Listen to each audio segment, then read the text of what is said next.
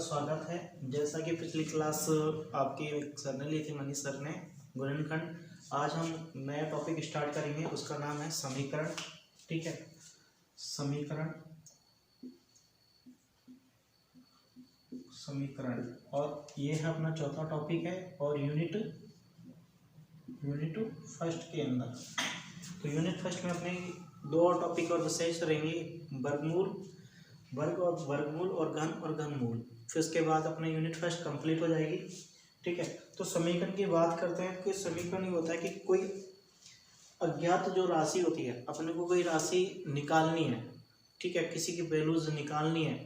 ठीक, तो अपने को अज्ञात राशि की कोई चीज़ अपन को निकालनी है, तो उसको समीकरण कहते हैं कि उसका हल करने पर वो अज्ञात राशि प्राप्त हो जानी चाहिए। जैसे सपोज करो कि मेरे को ऐसा दे दिया, कोई x + 3 = 5 दे दिया, तो मेरे को अब ये अज्ञात राशि है, इसको अज्ञात राशि बोलते हैं।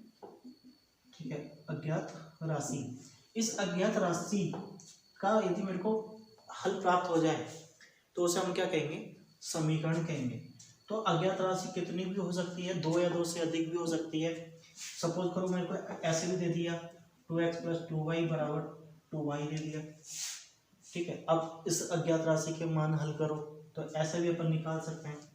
ठीक है, तो ये सब क्या होता है? कब समीकरण होता है, किसी को जोड़ना है या घटाना।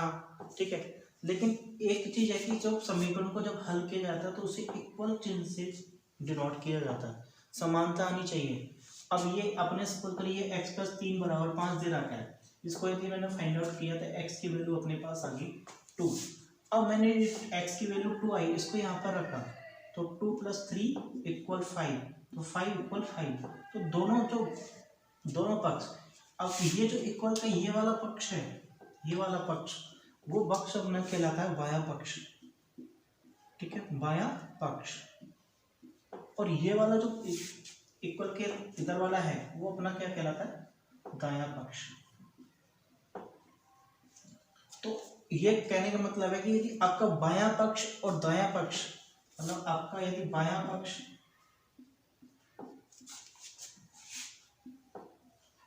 बराबर दायां पक्ष,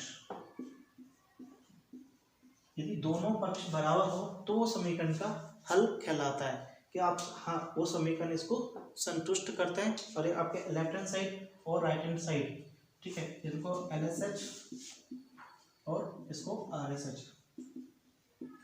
ठीक है, यदि LHS को सॉल्व करके RSH प्राप्त हो जाता है और फिर उस जो अपन ने मान निकाला, वो मान उस समीकरण को संतुष्ट करता है, तो वो समीकरण का हल कहलाता है। ठीक है, तो समीकरण कहने का मतलब ये हो गया कि 2 या 2 से अज्ञात राशि, मतलब 2 भी हो सकती है, 1 या 1 से अधिक भी हो सकती है। तो 1 या 1 से अधिक अज्ञात राशि जो होती है उसको अपन क्या कहते हैं? समीकरण कहते हैं। या बहुत सारे बीजीय व्यंजकों का प्रयोग करते हुए अपन ने यदि आइडेंटिटी इक्वल का चिन्ह लगा के और समीकरण को हल किया, तो वो भी अपना क्या कहलाता है? समीकरण कहलाता है। जो अज्ञात राशि को हल किया वो अपना क्या कहलाएगा? समीकरण कहलाएगा। तो समीकरण में यही है कि दायां पक्ष क्या होता है, बायां पक्ष क्या होता है, दायां पक्ष में कितना क्या जोड़ना है, तो इसमें सब कुछ चलेगा। दायां पक्ष, सपोज करो कोई बायां पक्ष की कोई वस्तु है, कोई ये बायां पक्ष है, और बायां पक्ष को उठा के दाएं पक्ष में लेके जा रहे हैं, यदि वो पॉजिटिव है तो वो नेगेटिव में चेंज हो जाएगा। जो पॉजिटिव है वो तो चेंज हो जाएगा नेगेटिव में, और जो नेगेटिव है वो किस में चेंज हो जाएगा? पॉजिटिव में। तो ये अपन चिन्ह पलट जाते हैं। बायां पक्ष या दायां पक्ष को यदि बायां पक्ष को दायां पक्ष में लेके जाएंगे या दायां पक्ष को बायां पक्ष में लेके जाएंगे, तो उनके चिन्ह आपस में पलट जाते हैं। तो ये चीजें ध्यान रखने की अपने को विशेष है कि दायां पक्ष कौन सा होता है और बायां पक्ष कौन सा होता है। दाएं पक्ष और बाएं पक्ष में क्या हो जाता है कि दाएं पक्ष को बाएं पक्ष की तरफ लेके जाते हैं, तो क्या चिन्ह पलटते हैं? ठीक है, तो पॉजिटिव है तो वो नेगेटिव में होगा, नेगेटिव है तो वो पॉजिटिव में होगा।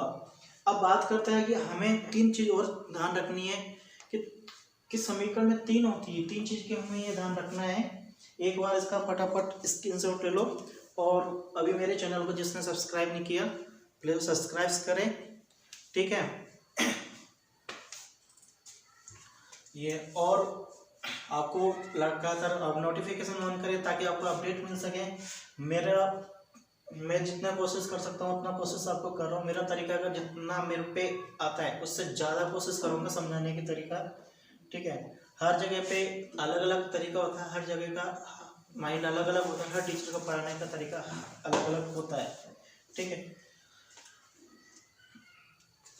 तो अब बात करते हैं हम दो तीन चीज़ों की ओर ध्यान रखेंगे कि समीकरण में दो तीन चीज़ क्या चीज़ है, बहुत जरूरी है कि कुछ क्वेश्चंस अपन को देते हैं तो तीन चीज़ों की ओर ध्यान रखनी है। एक अपनी संख्याओं के बारे में थोड़ा सा ध्यान रखना है कि तीन तरह की संख्या बनती है आपकी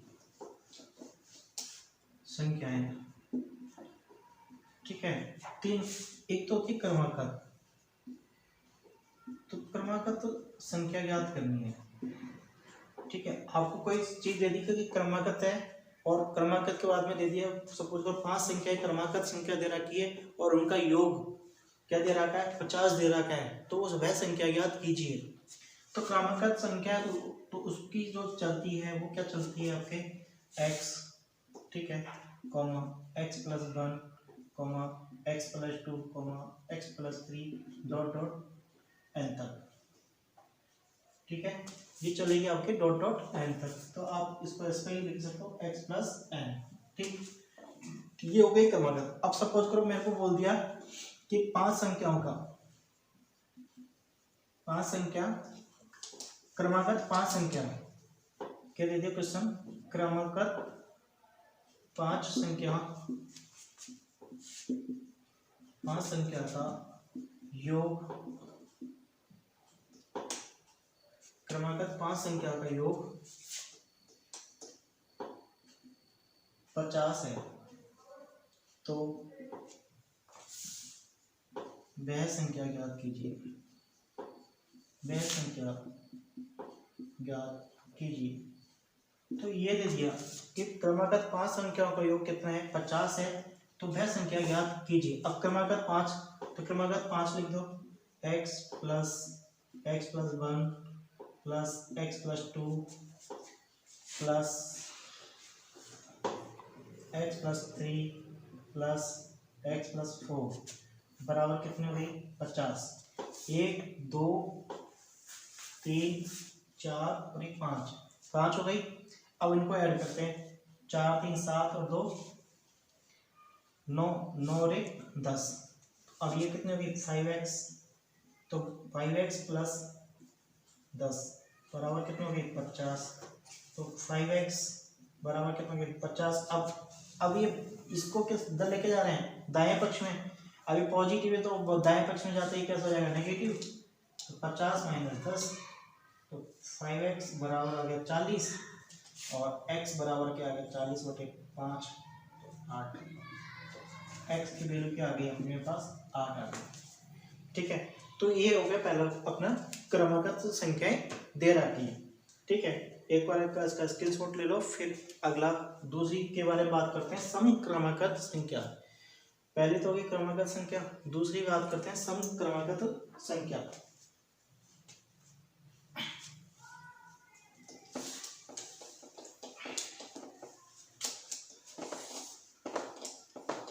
अब दूसरी की बात करते हैं, दूसरा अपना है समक्रमागत संख्या।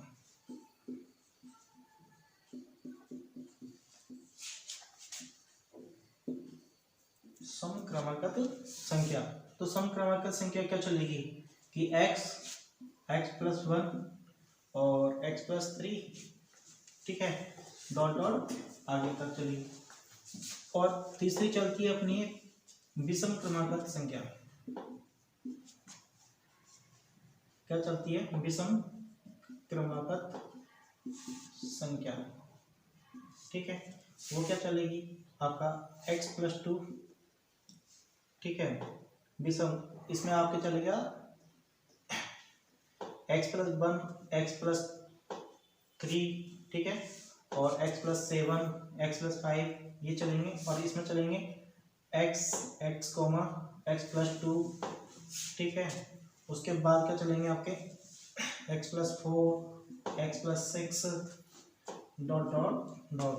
तो इसमें विषम क्रमागत संख्या चलेगी।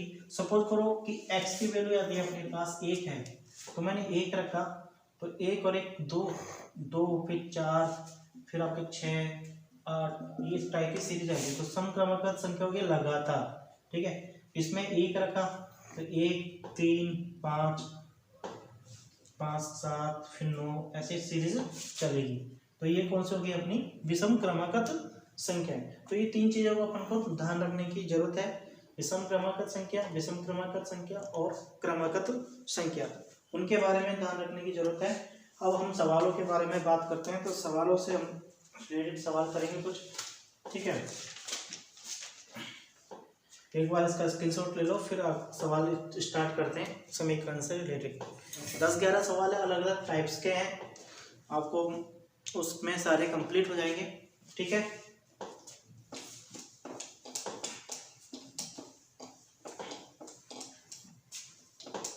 देखो पहला जो क्वेश्चन अपने को दे रखा है, उसमें क्या दे रखा है आपका, पहला जो क्वेश्चन है, ठीक, ये दे रखा है कि 5x माइनस के 2x प्लस के 7 बराबर 31 का हल होगा, ठीक है। ऑप्शन दे दिया अपने को 8 6 और ऑप्शन सी 5 और ऑप्शन बी 3, ये दे रखा है। तो अब हल करना है अपने को, तो हल करते हैं इस समीकरण का, ठीक है। या तो आप ऑप्शन में उठा के सीधा सीधा रख दो, x का मान निकालना है, जो भी हल आएगा x की वैल्यू आएगी। अब x की वैल्यू आएगी तो समीकरण में उठा के देख लो, वो 31 के बराबर होती है, तो अपना वो समीकरण हल होगा, ठीक है। तो देखो यदि अपन ऑप्शन से करते हैं सीधे, तो 8 पंजो 40 और 8 दूनी 16 प्लस 7 बराबर 31 आना चाहिए। तो अब 16 47 हो गए, 47 में से 16 गया तो कितने बच गए, तो 31, तो अपने पास आ गया आंसर 31, ठीक है। तो दोनों पक्ष बराबर आ गए, दोनों पक्ष बराबर आ गए, तो अपने पास आंसर कौन सा हो गया 8, ठीक है। इसको दूसरा तरीका क्या हो गया, इसको 5x माइनस के 2x प्लस 7 बराबर 31, तो इसको सोल्व करेंगे तो 5x में से 2x गया तो अपने पास 3x प्लस 7 बराबर 31, फिर 7 को उधर लेके जाएंगे दाएं पक्ष में, तो 3x, तो ये नेगेटिव हो जाएगा, तो 7 31 माइनस 7, ठीक है। तो अब 3x 31 में से 7 गया तो कितना हो गया 24, 24 और x बराबर कितना आ गया अपने पास 8, क्या आ गया x बराबर अपने पास 8 आया, तो इसका आंसर, ठीक है। तो फर्स्ट होगा, एक बार फटाफट स्क्रीनशॉट लो, फिर मैं अगला क्वेश्चन करता हूँ दूसरा नंबर का।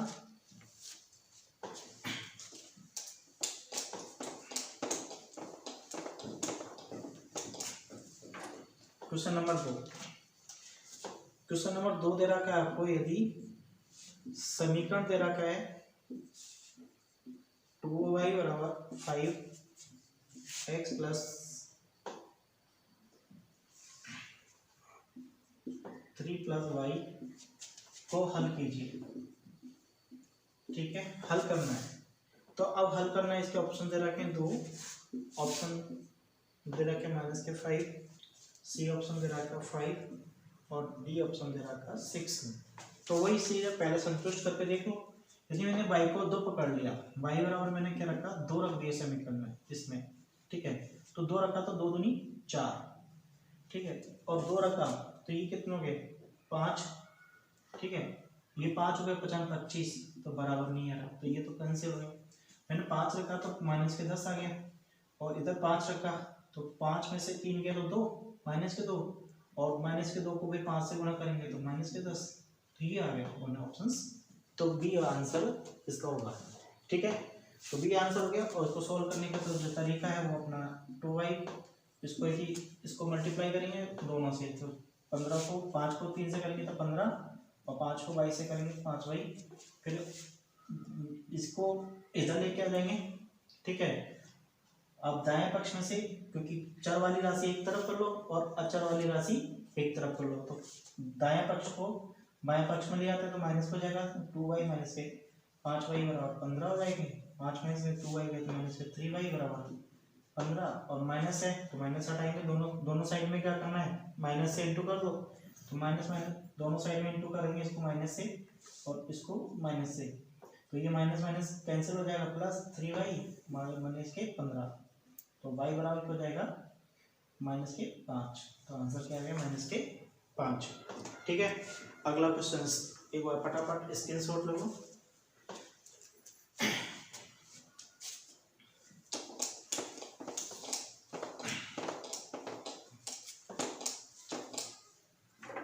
अगला है क्वेश्चन नंबर 3, किसी संख्या के 5 गुने में, किसी संख्या के 5 गुने में संख्या का दुगना जोड़ने पर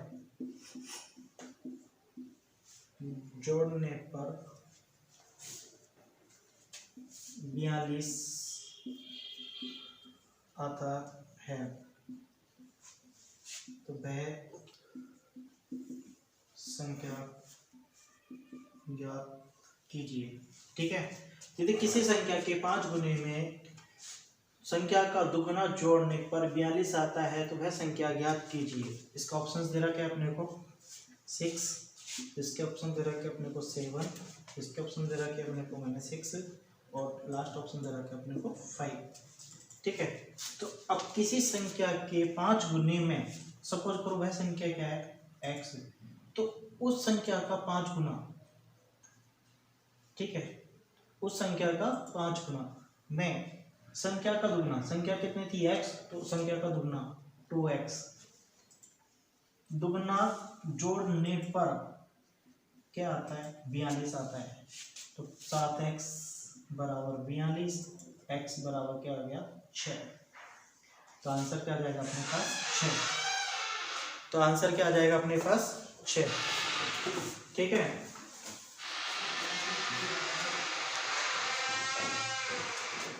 तो किसी संख्या के 5 गुने में संख्या का दुगना जोड़ने पर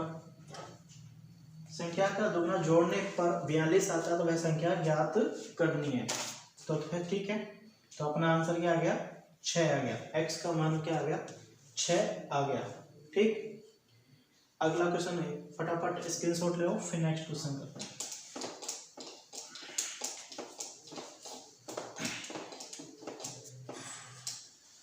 अगला क्वेश्चन नंबर 4, 3 क्रमागत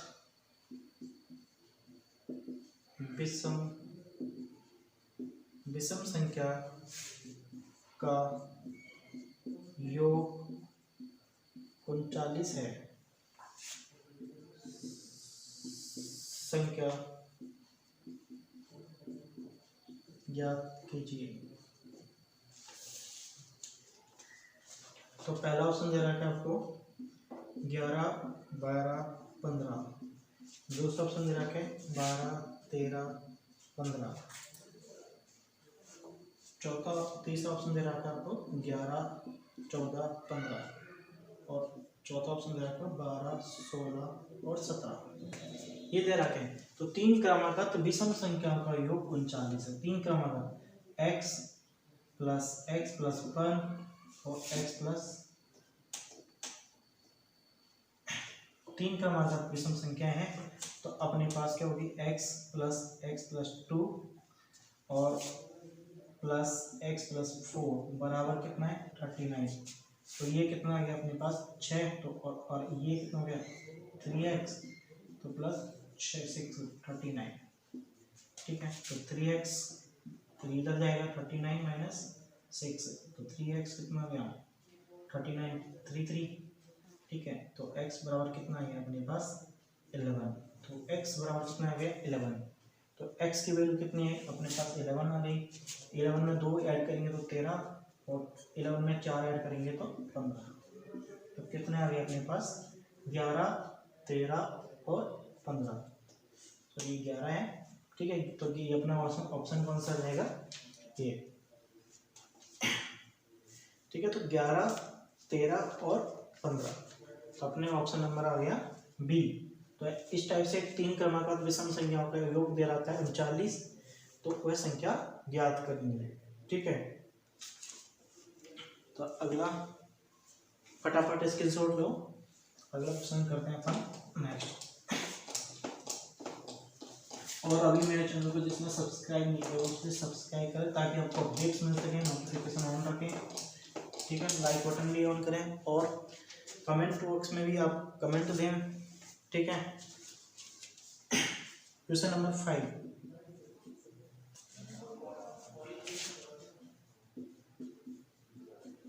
सरिता के पिता की आयु, सरिता के पिता की आयु, सरिता के पिता की आयु, सरिता की आयु, सरिता की आयु के दुगने से 10 वर्ष अधिक है यदि पिता की आयु, यदि पिता की आयु 50 वर्ष है तो सरिता की आयु कितने वर्ष होगी, कितने वर्ष है, ठीक है। तो इसमें ऑप्शन दे रखे अपने को 20, ऑप्शन 30, ऑप्शन 40, ऑप्शन 25, ठीक। तो सरिता के पिता की आयु, सरिता के पिता की आयु सरिता की आयु के दुगने से 10 वर्ष अधिक है, ठीक है। तो सरिता के पिता की आयु, सरिता की आयु, सपोज सरिता की आयु x है, ये पिता और ये सरिता, ठीक है। अब इसको कैसे करना है अपने को, तो सरिता की आयु कितनी है, x है, सरिता की आयु कितनी है, x है। तो सरिता पिता की आयु, सरिता की आयु के दुगने से, ठीक है। तो अब पिता की आयु सरिता की आयु के दुगना, तो सरिता की आयु के दुगना, दुगने से 10 वर्ष अधिक है, तो दुगने से 10 वर्ष अधिक है किसकी, पिता की आयु। यदि पिता की आयु कितनी दे रखी है 50, तो आप पिता की आयु को किसके बराबर कर देंगे, 50 के बराबर। तो ये अपने पास समीकरण बन गया अपने पास 2x + 10 बराबर 50, तो 2x बराबर 50 - 10, तो 2x बराबर 40, तो x बराबर आ गया अपने पास 20। तो सरिता की आयु अपने पास 20 आ गई, तो सरिता की आयु अपने पास कितनी आ गई, 20 आ गई। आंसर हो गया फटाफट है, ठीक है। तो इसका एक बार फटाफट से स्क्रीनशॉट लो ताकि अगला क्वेश्चन नेक्स्ट करते हैं। तो इसमें कोई दिक्कत हो तो वो कमेंट बॉक्स में दें। एक बार और वापस रिपीट करता हूँ कि सरिता के पिता की आयु सरिता की आयु के दुगने से 10 वर्ष अधिक है। यदि पिता की आयु 50 वर्ष है तो सरिता की आयु कितने वर्ष होगी। तो इस टाइप्स के बहुत सारे एज वाले क्वेश्चंस बनते हैं, ठीक है। मैं हर टाइप का एक एक सवाल आपको करवा रहा हूँ, हर टाइप से। कि अभी अपन ने वो भी किए थे कि संख्या में क्या क्या ऐड करते हैं क्या नहीं करते, उसके संख्या वाले देख लिए, उसके 5 गुना। अभी आयु वाले भी देख लिए, क्रमागत संख्या भी देख ली, सिंपल फॉर्म देख ली समीकरण की, उसको कैसे सोल्व करते हैं, ठीक है। अभी अंकों पे आधारित भी अपन क्वेश्चन देखेंगे कि विद्यार्थी के अंकों के इतना आए, ठीक। तो एक नेक्स्ट क्वेश्चन करते हैं अपन।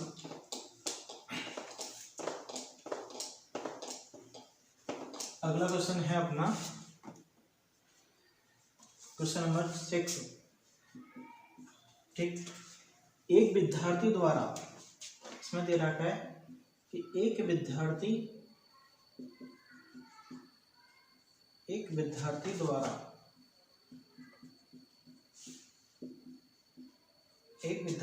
प्राप्त किए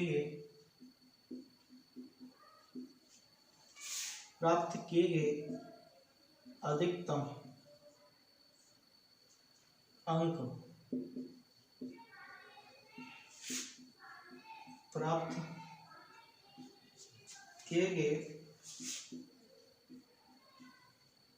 न्यूनतम अंक, क्वेश्चन काफी लंबा है, न्यूनतम अंक के दुगने से 7 अधिक है तो प्राप्त किए गए अंक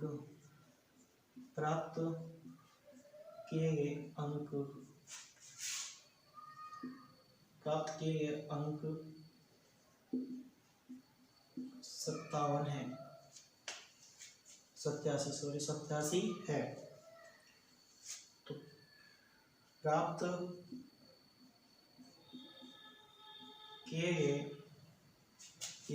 किए गए अधिकतम अंक 87 है, तो प्राप्त किए गए न्यूनतम अंक क्या है? ठीक, ऑप्शन दे रखा है इसमें, ऑप्शन दे रखा है हमें 40, ऑप्शन बी दे रखा है हमें 50, ऑप्शन बी से दे रखा है 45 और ऑप्शन डी दे रखा है 48। ठीक है, ये हमें दिया हुआ है। तो एक विद्यार्थी द्वारा प्राप्त किए गए अधिकतम अंक, ठीक है, प्राप्त किए गए न्यूनतम अंक के, अब ये देखो सपोज करो एक तो प्राप्त अधिकतम अंक को लिख लिया अपन ने, ठीक है, और एक लिख लिया अपन ने न्यूनतम। ठीक है, अब मैंने माना कि न्यूनतम अंक x है, क्या है अपना पास न्यूनतम अंक x है, तो अब ये कह रहा है कि प्राप्त किए गए अधिकतम अंक प्राप्त किए गए न्यूनतम अंक के दुगना, तो न्यूनतम अंक के दुगना, न्यूनतम अंक x है तो उसका दुगना, दुगने से 7 अधिक है, तो 7 अधिक है, तो प्राप्त किए गए अधिकतम अंक कितने? 87। तो अब इसको किसके बराबर करोगे? 87 के बराबर। ठीक है, तो 2x बराबर कितना हो गया? 87 - 7, तो x बराबर अपने पास आ गया 40। कितना आ जाएगा? x बराबर अपने पास आ गया 40। तो अब ये कह रहा है कि न्यूनतम अंक क्या है? प्राप्त किए गए न्यूनतम अंक, तो कितना होगा? Option number A 40। तो न्यूनतम अंक अपना क्या हो जाएगा? 40। ठीक है, अगला क्वेश्चन करते हैं, एक बार फटाफट स्क्रीनशॉट ले लो। अगला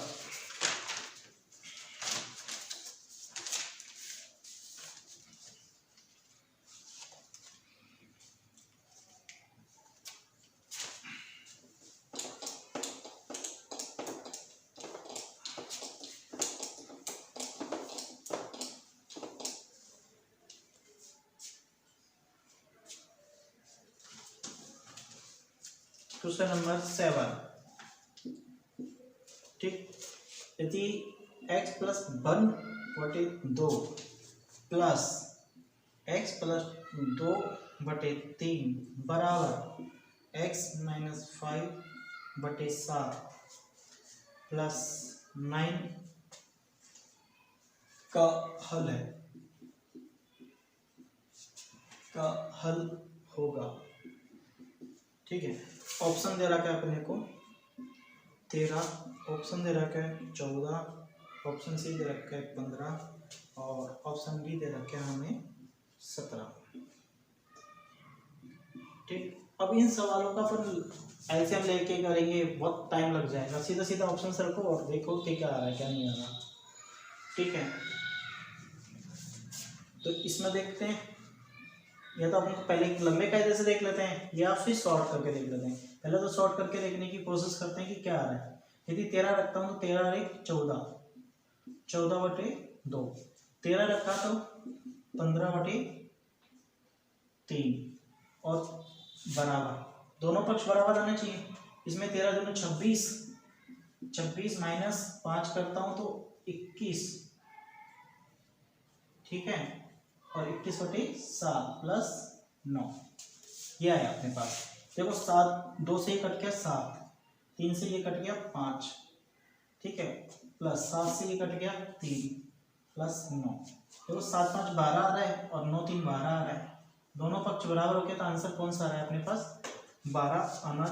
तो आंसर क्या आ गया, ऑप्शन कौन सा रखने पर आया, ऑप्शन 13 रखने पर अपने आप पास आंसर आ गया, ठीक है। तो ये तो हो गया अपना एक शॉर्ट तरीका कि सीधा सीधा ऑप्शन रखो, ऑप्शन रखने पर देखो कि दोनों पक्ष बराबर हो रहे हैं तो उस समीकरण का हल होगा, जो अपन ने जो वैल्यू रखी वो समीकरण का हल कहलाएगा, ठीक है। अब अपन को यदि इसको लंबे कायदे से करना है तो इसको वही करेंगे, फिर इसमें क्या करेंगे, एलसीएम लेंगे। तो x+1/2 x+2/3 बराबर 2x-5/7 प्लस के 9, ये। अब इसको सॉल्व करते हैं, ठीक है। इसको सॉल्व करेंगे, इसमें क्या लेंगे, लघुत्तम, इसके अंदर लघुत्तम लेंगे और इसके अंदर लघुत्तम लेंगे। इसके अंदर एलसीएम कितना आएगा, 6, तो 6 को मतलब 2 × 3 = 6, तो इसको 3 से मल्टीप्लाई कर देते हैं और इसको 2 से मल्टीप्लाई कर देते हैं, ठीक है। और इसके अंदर क्या आ गया अपना 7 आएगा, तो करते हैं इसको, ये तो जाएगा 3x+3 और प्लस ये हो जाएगा अपने पास 2x+4/6 और ये अपने पास हो जाएगा 2x-5 + 63/7, ठीक है। तो ये अपने पास आ गया। अब इनका फिर क्रॉस मल्टीप्लाई करो, ठीक है। आप क्रॉस मल्टीप्लाई करेंगे तो पहले तो 3x और 2x कितना हो गया, 5x, और ये कितना हो गया, 3 और 4 7 7 हो गए बटे 6, और ये अपने पास क्या है, 63 में से 5 गया तो अपने पास कितना रह गया, 58, तो 2x + 58/7, ठीक है। फिर इनका क्रॉस मल्टीप्लाई करो, क्रॉस मल्टीप्लाई करेंगे तो ये तो हो गया 7, इसको से गुणा करेंगे तो 7 × 5 = 35x प्लस इसको इससे करेंगे तो 7 × 7 = 49 और इसको करेंगे से, तो ये अपने पास हो गया 12x और प्लस 6 को इससे 58 से गुणा करेंगे तो 8 × 48 और 6 × 30 और 4 = 34, तो 348 आ गया। अब चर वाली राशि एक तरफ कर लो और अचर वाली राशि एक तरफ करते हैं, तो इसको इधर लाएंगे तो ये माइनस हो जाएगा, तो ये इसको लेके आए अपन यहाँ, तो ये माइनस हो गया, तो 35x माइनस के 12x और उसको ले जाएंगे 348 माइनस के 49, ठीक है।